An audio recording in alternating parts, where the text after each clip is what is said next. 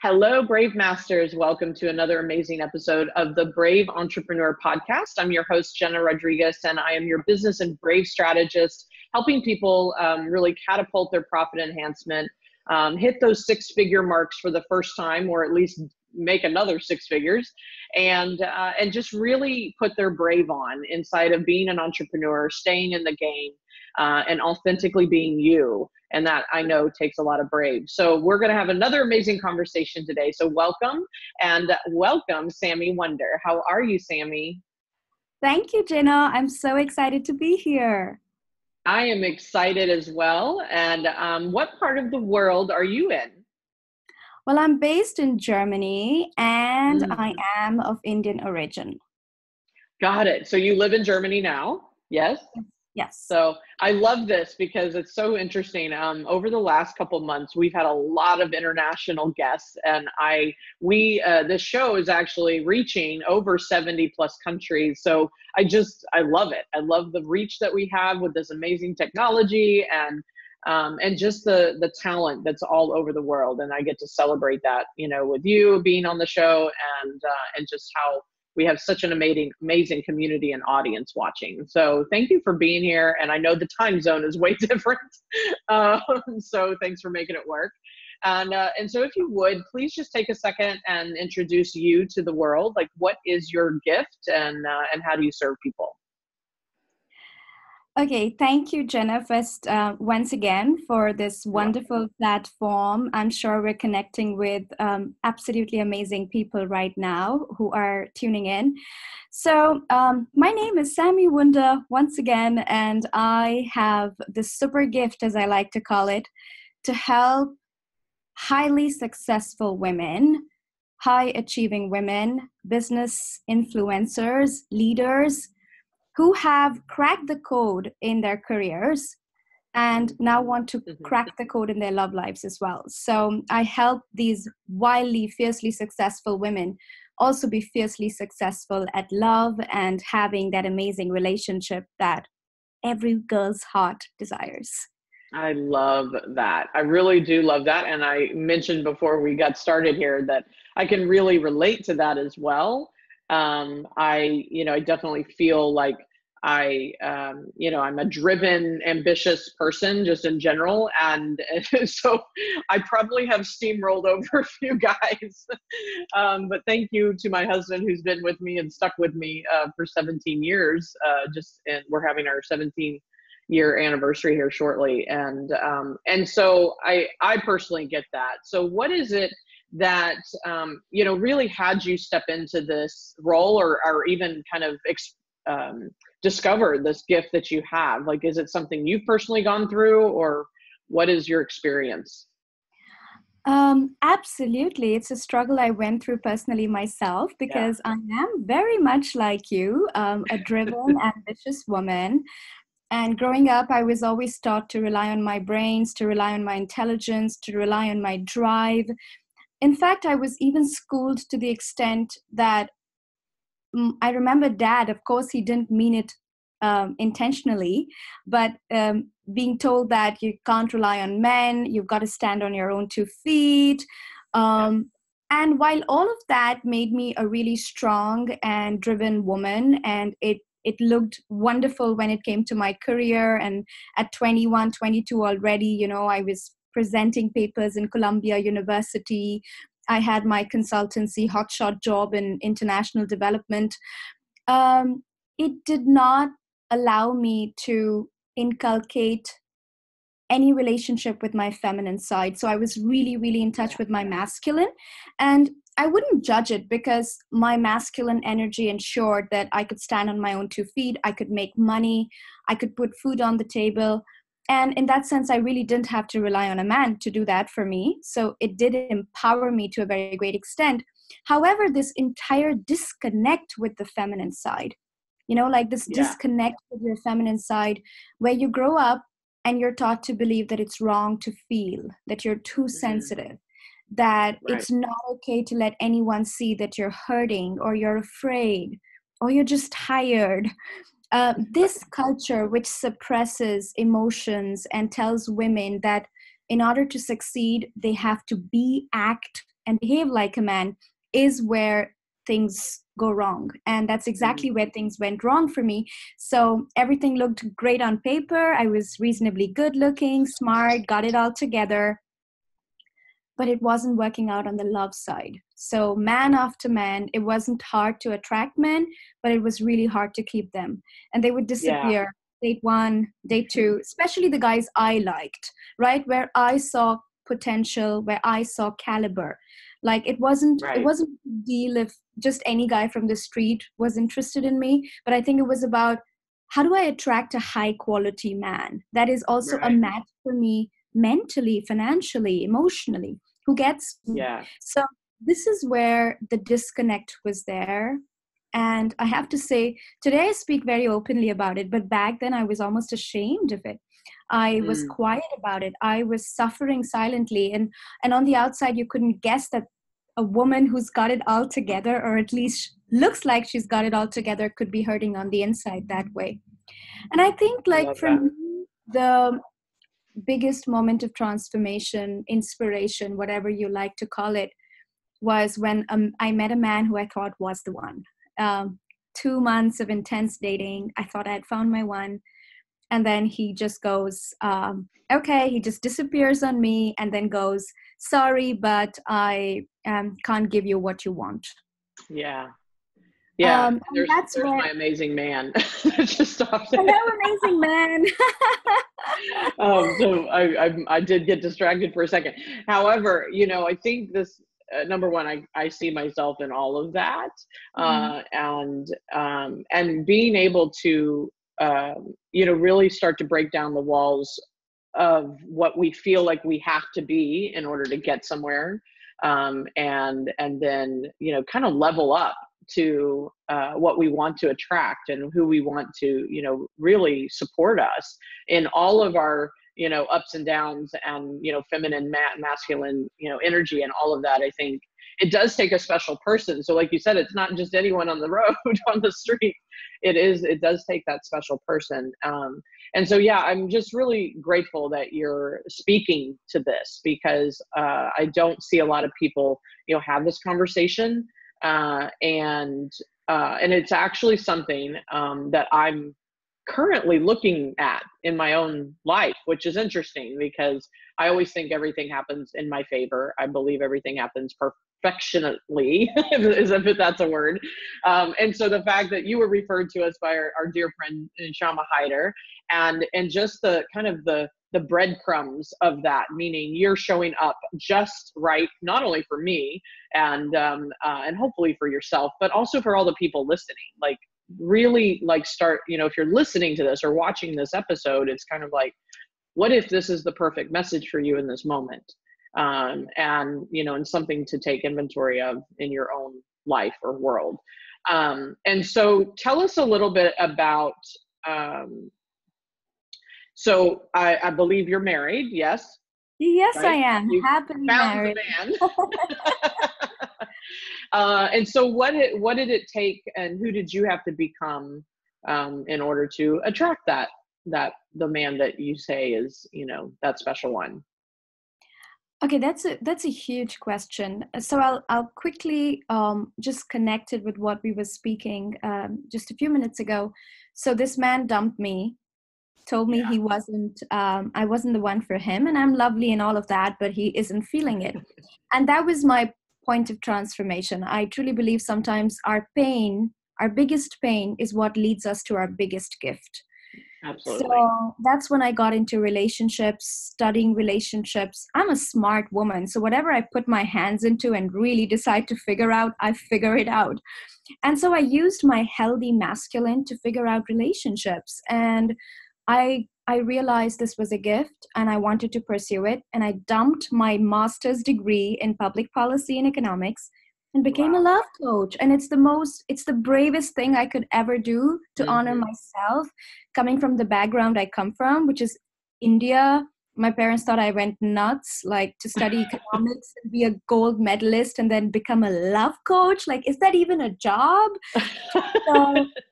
And I mean, we are approaching 7 figures in 2.5 years. Awesome. I have 114 client engagements, women who follow my work and learn about feminine energy. So great success. And it's all because of that man who came into my life and got me to a point of pain where I just knew something had to change. So back to your question, what kind of woman did I become to attract Chris into my life? I think going on what you said, that's very big. I brought down the walls of perfectionism that I had put on myself, layers and layers, and I decided that I had to let men really see me. Right. It was okay to be rejected. It was okay to be rejected, but it was so important to be real and authentic and show up as who you truly are, your quirks and warts and all. So, right. So if you're falling apart, it's okay for someone in front of you to see that you're falling apart. Right. It's okay to say, I'm afraid. And you know what? It's also okay to say, I don't know. You know, I had this perfectionism about me. If someone asked me something, I had to know the answer. And then when I started doing this work on feminine energy, I just realized, you know what? You can say, I don't know. I don't know the answer to this. And it's okay. We actually don't have to be superwoman. You don't have to be superwoman. So I think getting down the walls was one thing. The second thing was more deeply connecting with my feeling state rather than my mind. So we are, you know, I always teach my clients, the mind is masculine. And we are all women of a generation where we are really training our minds, but not training ourselves enough to stay connected with our bodies and our emotional states. So just something as simple as saying, I feel, this feels, more often, just trying to stay more in touch with your feeling state. You know, it's what I call your internal emotional compass.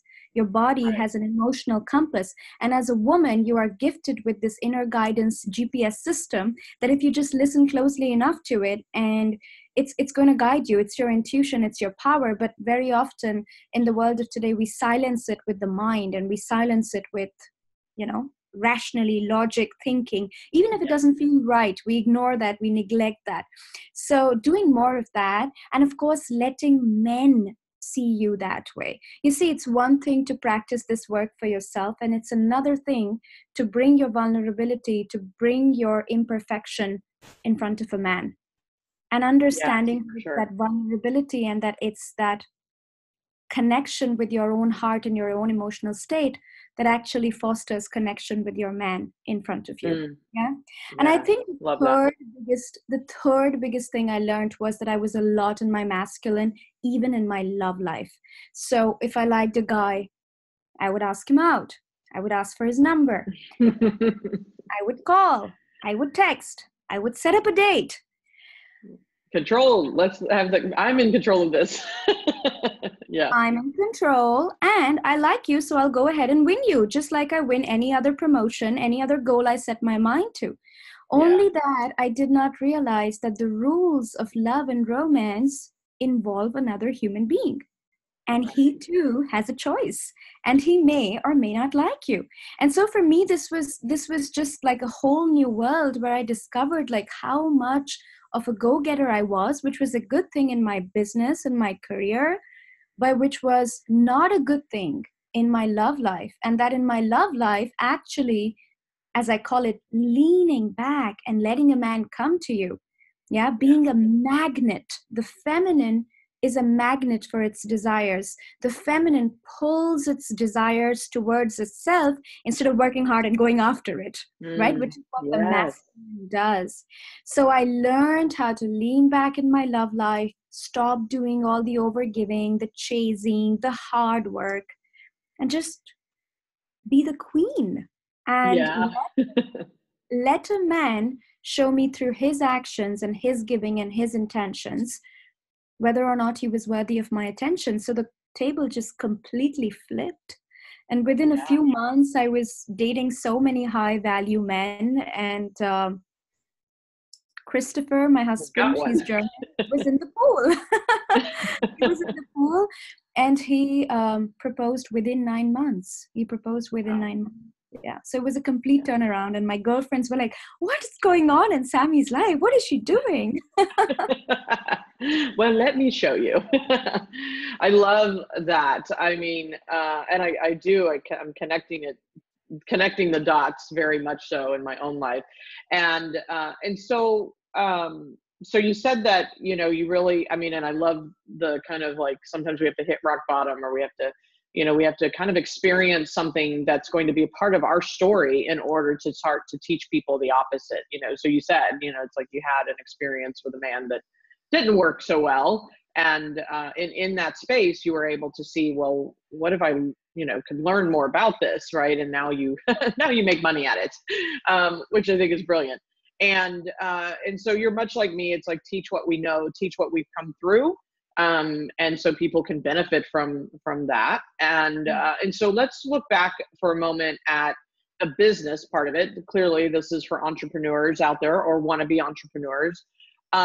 What it's kind of, I mean, clearly you're goal driven, it's kind of like, I got a goal, I'm going to go do it. But what were some of the brave steps you've had to kind of take in order to actually create a business around this new concept, this new idea that you had?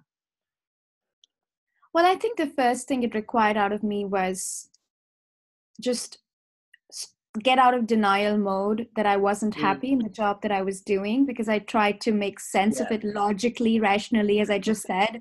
In my head, it's so well paying, it's so well established. Your parents get to call you an international consultant for blah, blah. So I think it was getting out of the denial mode but you're not happy, but this is not it's not bringing the spark out of you. So that was the first step. Okay, I'm not happy here, so this can't be my dream job. Right. The second step was, again, admitting to myself. I think entrepreneurship is truly a journey of the deepest inner work journey you can ever go through. Yes. Right? Agreed. So I think every entrepreneur has to go through these steps of honesty with where they are in life, what do they want. And I think for me it was, okay, so what are you really good at? Okay, this makes your friends ask you for advice. This feels really good. And you feel so passionate about these messages, and you feel like more strong and successful women need to hear these messages, because I was surrounded by women like me, right? Like we were all masters cohort, all smart. Like today, these women, my friends from university, are now at top leadership positions, executive positions in KPMG, Pricewaterhouse. Like they're really powerful women. Nice. So I think that was the second step. I am really good at this, and I'm really passionate about this, and I want to bring this message forward. The third thing was, okay, so what do you do about it? Well, you be brave and you go get an education in it. So I had to go get an education, get a certification. Of course, I knew what I had to teach, but I still wanted to have a formal structure and framework around how I was going to coach. And I wiped out my savings in doing that. I remember I had 10,000 euros in my bank account, and I put out 8,000 euros to learn, to invest in myself. So I believed so much in myself and in my gift. Right. And I believed it against the disbelief of everyone around me. So I have to confess, my husband, my sister, they were extremely supportive. My parents, they were skeptical yet supportive. So they said, okay, we have no clue about this line, but we believe in you. And if you think this is where you want to go, go for it. We are with you. So I'm really grateful to my close family. My grandfather, they all chipped in a bit of money to like not make me freak out completely, to help me not freak out completely. And yet, when I started doing it and I started putting myself out there after my training and my certification, I could just feel how everyone was judging. Everyone was watching and judging. So the relatives, the friends, you're like, she couldn't succeed at economics. That's why she's doing this, That's like the first line of thought. And today, it's, we're going to 7 figures in 2.5 years. We've made over $1 million in revenues in the last 2.5 years.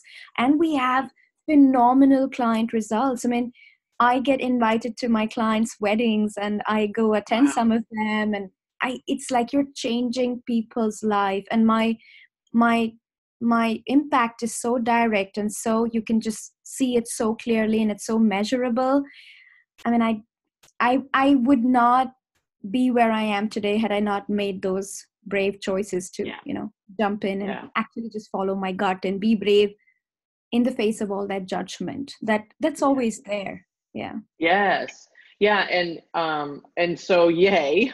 Like, I didn't know what you were going to share, but this is like so on point for what I feel people kind of gloss over and you said a key words like the denial, the naysayers, or the judgment, or it's like and then the more important thing is the belief in self, right? When we can truly believe that this is what we're meant to do, we may not know how, we may not know what it looks like, and we may have a lot of judgment, people not not supportive. I believe that personally, I believe that's about their stuff. Right? Like the judgment is just going on for them. Like they can't believe in it. It's not necessarily about you. But for us to stay so grounded long enough, number one, just long enough to get through whatever's uncomfortable, to get through the savings and dissipating, to like actually making some money, to and the fact that you were gifted with people that do support you in some way is huge. And I know there's people that might not even have that. And I think it's still so important to listen to your gut, like you said, to stay brave and to do it anyway, and find other communities. That's why I do this show. I'm like, if you're out there alone swinging the bat and you don't have that support, that's what this show's all about, is like, you're not alone. You have people like us that can say, I believe in you. And because I've been there. And so I love that.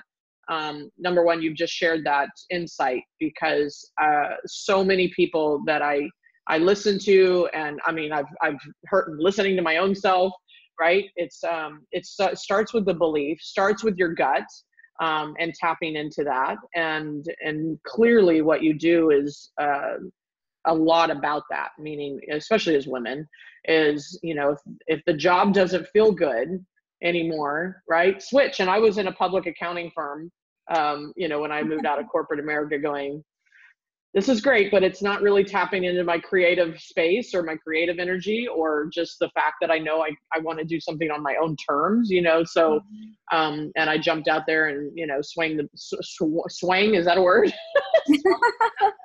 Swung the bat and fell down in the first business, and then stood back up. So it's number one, congratulations on your success in 2.5 years, like, clearly. And I would say, I would love to know why you feel that that acceleration, because that's not, I would say that's atypical, meaning not everybody's going to earn, multi six figures and $1 million in a couple years. I mean, just that 2.5 year mark. What do you think really allowed you to make that kind of level of success so quickly? Being results oriented for my clients. Yeah, that's good. I think leading with caring about others, and really caring that it's not about making money, and it's not just about marketing and Facebook ads. I think it's really about impacting people. And I truly believe that if you impact and change the life of that one client who's sitting in front of you on your Skype screen, she will go out and spread the word to her other girlfriends. And that's how it started for me. So I just really focused on helping that one person in front of me that the universe had sent. And then that person would go out and sing my praise and bring 5 more people and 10 more people into the ladder. So I really believe it's about leading with results. And in the competitive online industry, I mean, competition is a whole topic. Does it even exist?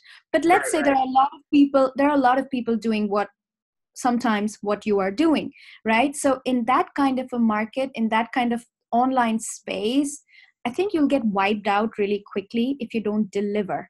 So I charge high-end prices for my services. It's the way I also balance my private life, because I came to a point where I realized I was breastfeeding my kid and then answering client emails. And I was like, okay, Sami, so you started this for a reason. You wanted freedom and you wanted to help others. and now this is going in the direction you don't want it to go. So the natural next step was to raise my prices for my services. Yeah. So working with lesser people, but really helping and really impacting them, right? So it was, I think it's about leading with results. It's about leading with results. And if you don't lead with results, if you're not good at what you do, that's a problem. Nothing else is a problem. Marketing is not a problem. Website is not a problem. Ads is not a problem. But you've got to be really good at what you do. I think that is what you want to lead with.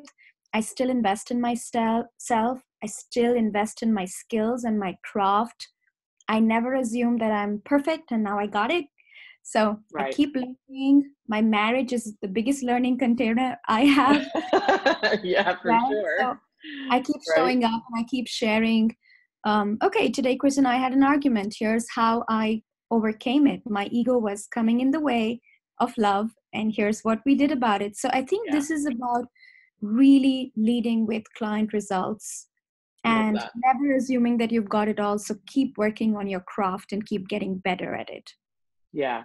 You know, and I love that answer because results can speak for itself and sell itself. You know, it's like the bottom line is, and I would gather clearly you are a walking example of results, right? That's why you say, you know, I work on my own marriage. It's like you and me both, like I am my client. It's like, that is who I am. Right. And so sharing what we go through, what we have to overcome, along with the results we generate for other people is I think the highest priority. Yeah, because then you can share that on a Facebook ad, you can share it on a podcast, you can share it with the world, and therefore people will go, okay, I want some of that. So thank you for sharing that. I was just very curious what your answer might be, for the sake of people really understanding what it's about. It's, you know, I'm money driven, I'm financially driven to have results, and that's not the priority for my clients. Meaning I want the clients to know that they can have results, and whatever those results are that they desire. And then the money will follow. And then valuing yourself, and your time and your lifestyle, I think is huge. And I think just a quick other pointer I would like to give is I really worked on my relationship with money because I come from a very humble background. And I had all these bad beliefs that money is a bad thing and it's non-spiritual, etc., etc. And so I really got mentors and coaches who helped me shift my relationship with money, because I came to a point where I realized if I don't work on my money blocks, I will not be able to serve people, because more people means more money, right? And so I came to that point in my business where I quickly learned that, okay, you have to raise your prices, which triggered a lot of bad money. Yes. You know, how can you help people and charge so much? It triggered those kind of, you know, scary self-judgmental beliefs. And then I had to get help, because that's one of the biggest blocks to making that kind of money. I think again, it's better. What is better said is to attracting that kind of wealth and abundance. It's not just money. You up level at all levels, right? You take care of yourself. You sleep better. You eat better. You spend more on your health and your body. Like you become wealthy. It's not just money that you attract. Yeah. When you take care of yourself and you value yourself, and your prices show how you value yourself, you up level in all different aspects of your life. So I think I agree. Entrepreneurship is like the biggest school of inner work ever. Yeah. Ever. I always say it's the best personal development course ever. Welcome to the course, right? You know, I love that as well. I think you're right on point, because I too have done a lot of work on the money blocks. I came from scarcity. I came from food stamps. I came from where's the money going to come from, you know, and it's taken me a long time. I mean, however long is, but it's just a process. And I think kind of pinpointing that on this conversation is really powerful, because I don't know if people look there as their reason why things aren't working, right? And so sometimes that's the blind spot that people are actually going through, is the money blocks that they're not looking at, and just blaming it on the Facebook ad didn't work, right? You know, or what have you. And it's interesting. I raised my prices this year too, and every time I raise them, I still have to have a little check-in on, you know, that belief system, right? To up level, to keep up leveling, is to respect your, you know, who you are, what you know, and what you bring to the table, and the results that you bring, clearly. So congratulations on all that. And I can't wait to watch you fly even higher. Like, how fun is that? Thank you, Jena. You're so welcome. So I could talk to you all day long. I love your conversation. I love your energy. Welcome. Thank you for bringing your feminine and masculine energy to the table. That allows me to as well, right? And so in closing, what would be the best way for people to connect with you and kind of experience more about you? Would be my website. It's great. SamiWunder.com. So SamiWunder. So there's a twist in the Wunder. It's not Wonder, it's Wunder.com. German, as you said before. It was German, the German form. So yes, and we'll put that link in the show notes as well. And then I know you had an amazing gift, a soulmate guide of some sort. So could you tell us a little bit about that we can share with everyone? Thank you, Jena, for this opportunity. I'm actually really excited about this little guide that I've prepared for your listeners, because it outlines the 6 steps, or the 6 different areas I worked on myself. Masculine, feminine balance was one of them.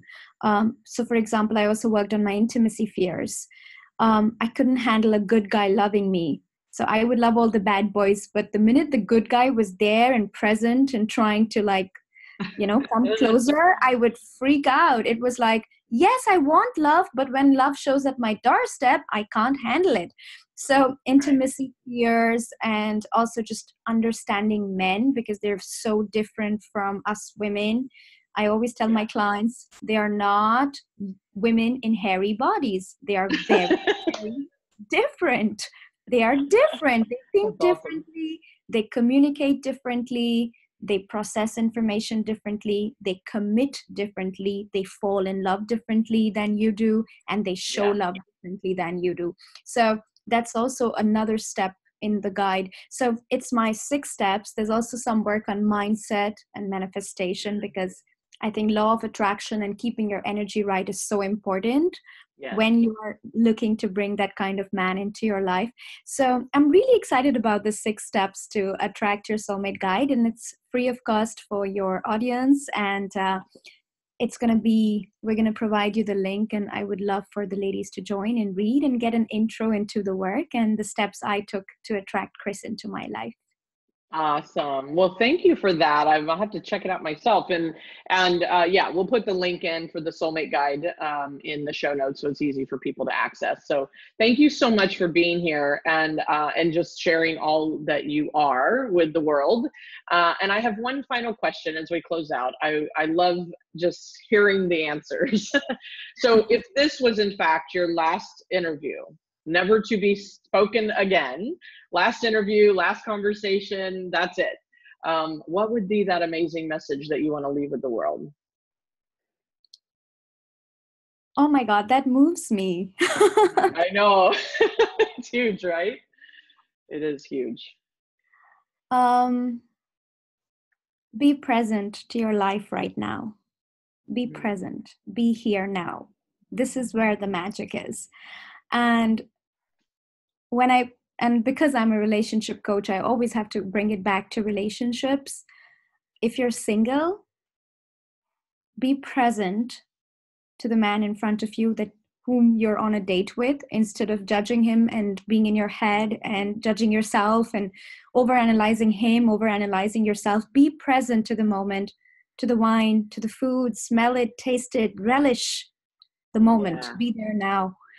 And for women who are in relationships and married ladies, I know he always doesn't do it right. I know he's got things that totally piss you off. But how would your life change if he wasn't there tomorrow? You love this man, yeah? Be present with him now and see everything that is good about him. Make a little appreciation list, 25 things, 25 ways he shows me love, and connect with that energy and bring that loving energy towards your man, of appreciation and gratitude in the moment. Love that. Turn the love on, right? Just it's our experience anyway, right? Turn the love on. I love that, and thank you for being moved and being present to your big stand in the world. That's really what it is all about. So, thank you, Sami. So blessed to have met you and share you with the world. And for everyone watching, please remember that what you're up to is important, and in order to step fully into it, we have to get our brave on. So let's go get our brave on. Talk to you guys soon. Bye. Bye.